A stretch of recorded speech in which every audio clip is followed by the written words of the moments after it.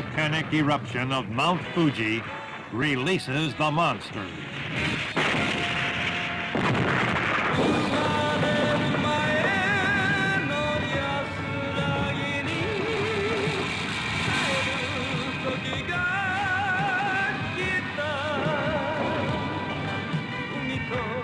If you are strong enough, see The Legend of Dinosaurs and Monster Birds. Coming soon. Spoiler alert, my fellow agents. That's pretty much the end of the movie. But welcome back. It is I, X7, your dynamite dinosaurologist, and the host of Xenorama, the podcast of heroes and monsters. Today we are going to be reviewing a movie whose title is completely misleading because there are no dinosaurs or monster birds in it. Be that as it may, it is indeed The Legend of Dinosaurs and Monster Birds, which does have a phenomenal poster. Yeah, that's pretty much, I'd give it the poster 5 stars, or 5 Xenocubes, if you will. But you know what to do. Please like, share, subscribe, leave me a comment, and brace yourselves for this review. And let's get on with this show.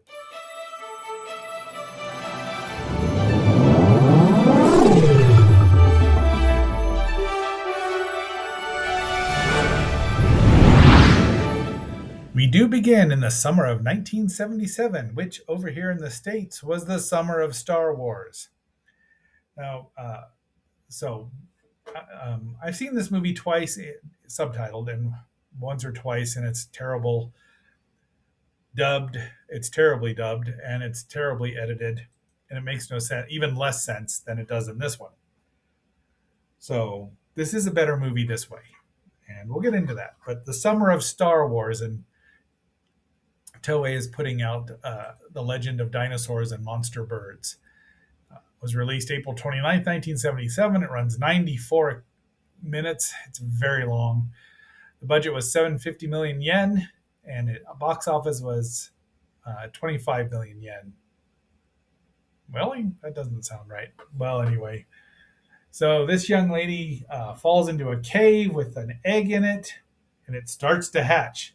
And there's an eyeball looking out. So we're not told what this was. It's a cave filled with ice cubes, and it's in Japan. But that's all we know. And this is Aokigahara, the lush Aokigahara, the Sea of Trees in the Jukai region of Mount Fuji. So it's in Mount Fuji. She gets out, and that's probably the last thing we see. So cut over to here, talking about a stone egg, Sea of Trees, and the various anomalous phenomena. Phenomena. She says they were, get the report they were moving inside the egg. Universal Stone Company Limited. And this is our father, the paleontologist. That is, what's his guts here? Takashi Ashizawa. That's his father, who was the paleontologist. And he's going to go and find this fossilized egg on Mount Fuji. Then we get the credits. Now, these subtitles aren't the official ones, I don't believe, because it's called this says A Legend of Dinosaurs and Ominous Birds. Once again, no dinosaurs, no monster birds in this, or even ominous ones. A Rhamphorhynchus is not a bird or a dinosaur, and a plesiosaur is neither a bird nor a dinosaur. Junji Kurata does have an interesting and good-looking directing style. I blame the script for being all over the place. The Dragon Festival. It's a small village bordering Fuji's Saiko Lake. And there he is, the Fuji Wind Caves. Oh, these guys are kind of morons. Nice print, though. It's beautiful. We're not that desperate. So he puts on these glasses. They show, I don't know why. And then he runs into this old man who's earthquake. After an earthquake, he wakes up there. He's rescued by Shohei Muku, an old friend of the family. Takashi sees it. There he is. Thought this petrified egg is snake eggs. Said it was a dinosaur. Japan is only about 30 million years old. There are no dinosaurs. I mean, there might be. Actually, there are some, but I did do some research here about that. And the egg is still hatching. This egg is taking forever. I guess it's still frozen. Down they go. Nice underwater photography. And there's the woman there, and that's a dog. And I was worried about the dog the entire time of this movie. What do you mean there's nothing to show here? Some slight technical difficulties. Even my computer doesn't want to review this movie. But again, the widescreen photography really helps. That pan and scan was just awful. But here they are at the Dragon Festival still, wandering all over and playing games and laughing, joking, carrying around them. So one of the problems with this is that the characters are not particularly likable and they're indistinct. So he meets up with the woman. Lovely. See, I'm telling you, the director had a great sense of style for most of the movie. I mean, but something's in the water. Help! And they're gone. I bet they saw something terrible. Well, if they did, they didn't live long enough to talk about it. Every lake is supposed to have a monster in it. Well, that would be true of Ireland and Scotland, the most of Europe. Fuji Meteorological Science Laboratory. So they're talking about global warming here, retaliating against the stupid human race. Ain't wrong there. Yeah, the survival of dinosaurs may not be just a pipe dream. I'm pretty sure that plesiosaurs have not been discovered in Japan, though. And you see somebody out on the lake, so you think something's going to happen, but very superstitious about dragons. There's the puppy, Kuma. And they're in a van, and you better go back on to Tokyo. Bloodstains because a horse got chopped in half. And again, so the photography is the best thing. This area was at the bottom of the sea, so there could be some, older fossils from the Triassic, from the, even before that. Lake Sai, the home of the red-eyed dragon, and that is Akira Moraguchi, who got his own credit in here. That's himself with his band of renown, something or another.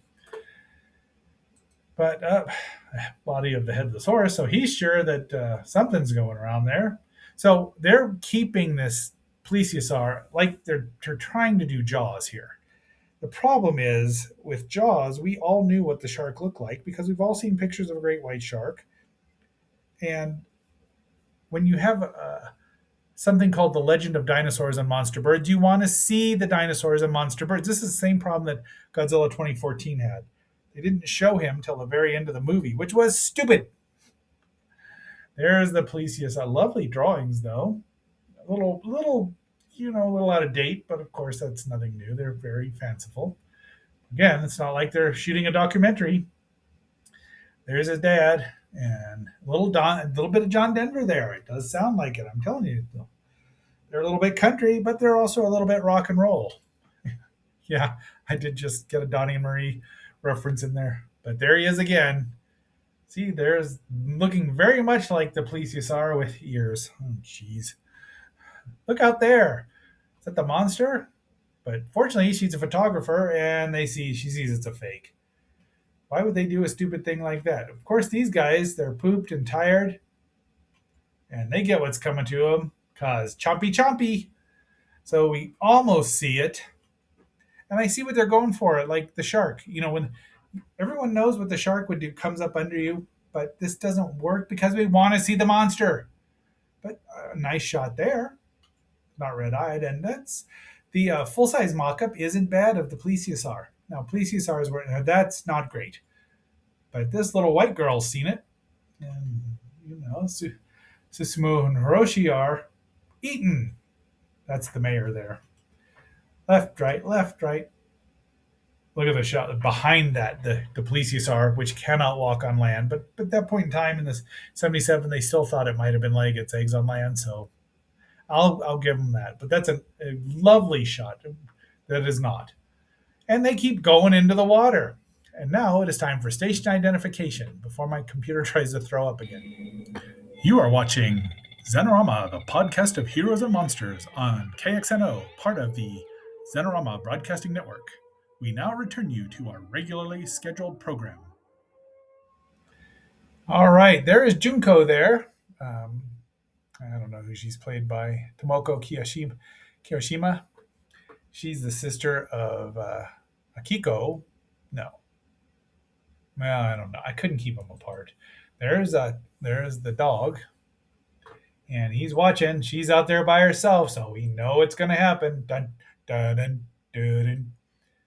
I mean, really, could you rip off Jaws anymore? And again, I think the full size prop isn't bad. It's a little immobile. Poor dog there. There she is upside down, and she tries to swim away. And it's on top of it, but blood in the water. She's toast. Thousands of years ago, she comes up and finds half of her sister there, which would be, I mean, a better script, and it's just some. It's an interesting failure, is what it is. I do like it more than I ever did. Seeing it in its original U.S. cut. Terrible. Lake Said. There's a live plesiosaurus here. Now, plesiosaurus really wasn't that big. They only got to be about 30 feet. But keep that in mind. Now, the Elasmosaurus or the Thalassemodon were much larger and longer, but not even that big. Their necks didn't bend that way. But we know that now. We didn't know it then. Bullet Train, they want it. They're all looking for it. Same thing for Nessie here. Now we've gone into Loch Ness territory. So, yep, he still tells people, and they're like, and he's determined to see it with his own eyes. Continue flying. So here's the guy Gene telling him about the plesiosaurus. 70 million? Yeah, they're off by about 6 million and 5 million years, but that's all right. And he draws one. Decent drawing. And he writes it in English, even better. So, I mean, good on him for knowing more than one language. Hybrid dinosaurs. It's my issue. I'll deal. My love of plesiosaurs. I did do a 200 years of plesiosaurs way back in like the first 10 episodes of the show, but that's not on here. And I'll have to redo that. 202 years, 4 years.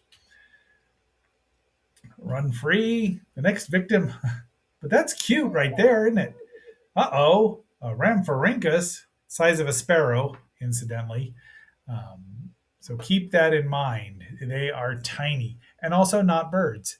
And I'm just going to keep saying that because they're not birds. And I'm salty about Rhamphorhynchus from 1 million years BC, as you all know. Swimming. Foraged while swimming. I don't know that I believe that. I'm trying to see how big they frickin' are. But they're tiny. They're not huge. They're wee. They're tiny. They're small. They're wee. Wish I'd have gotten that clip. Anyway, at least they know it's a Rhamphorhynchus. If there is was a dinosaur, which there isn't, then a Rhamphorhynchus could be alive as well. What kind of logic is that? See, that's where it kind of falls apart there. Can't go into the water. Oh, and then they have a love scene, the obligatory love. So there's a love scene in here. Again, these people are not very pleasant. And the people go to the forest. Lovely shot there. They're dropping a depth charge. That never works in monster movies. Find me one time that has worked. And the time is never. But it's blowing up the scuba divers, and they get into the leg. Uh-oh. Look at all these eggs. So there should be a lot of them. And it's flooding, blood and teeth. I mean, again, great shooting here. There it is, the Rhamphorhynchus in the worst puppet ever. I mean, the puppet itself doesn't look bad, but it's so immobile it makes La Caconia look like a stop motion animation by Harryhausen. Grabs people, yeah. But it's beaky buzzard right there. Oh no, Ma, no. Eiko, come on. And there it is, crawling around on land like it had 4 legs instead of flippers. And of course, for some reason, you're still alive. He gets to see it. She's not happy. It's trying to eat her.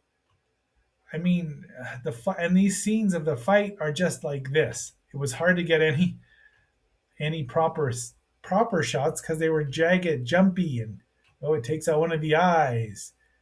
They don't know how they're getting out of there. And of course, the obligatory, even in a modern day movie, the obligatory volcano goes off. And, apparently it kills both of these monsters. I guess we can call them monsters because they're nothing like anything in real life. I mean, you know me, I love plesiosaurs and I love pterosaurs. And how it's just so there's our heroes. The monsters die, and they're reaching out to save each other, and that's where it ends. We don't even know if the people live, which I think is gives it a plus. I mean, I like the ending because it's ambiguous, and that's rare. Uh, Probably should have been a question mark here. The end. Jack Harris would have sued. I give it three cubes out of 7. I can't give it any more than that. It's just not. I'll probably never watch it again. It's just not a good movie. It's an interesting failure. I mean, it's worth the 2 times I've watched it. I can't watch it. I don't think I'll watch it more. I'd watch it with commentary, maybe. I know that a friend of mine did a commentary, and he'd be far more interesting than the movie itself. Take that for what you will. But if you are leaving, you know what to do.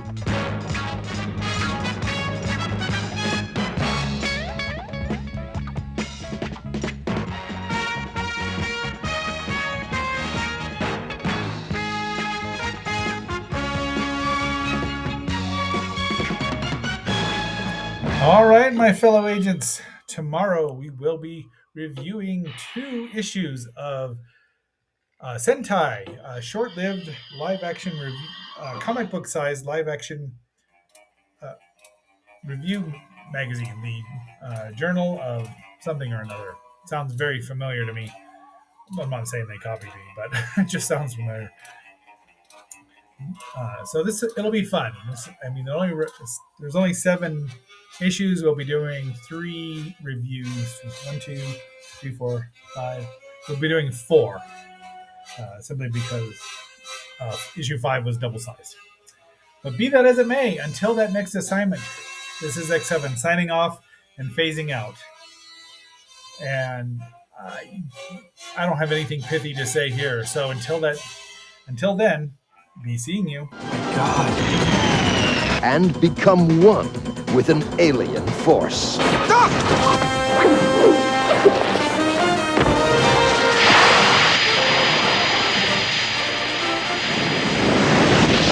Ultraman. Now, Jeez, look. whenever danger threatens an innocent life What the? or the entire galaxy,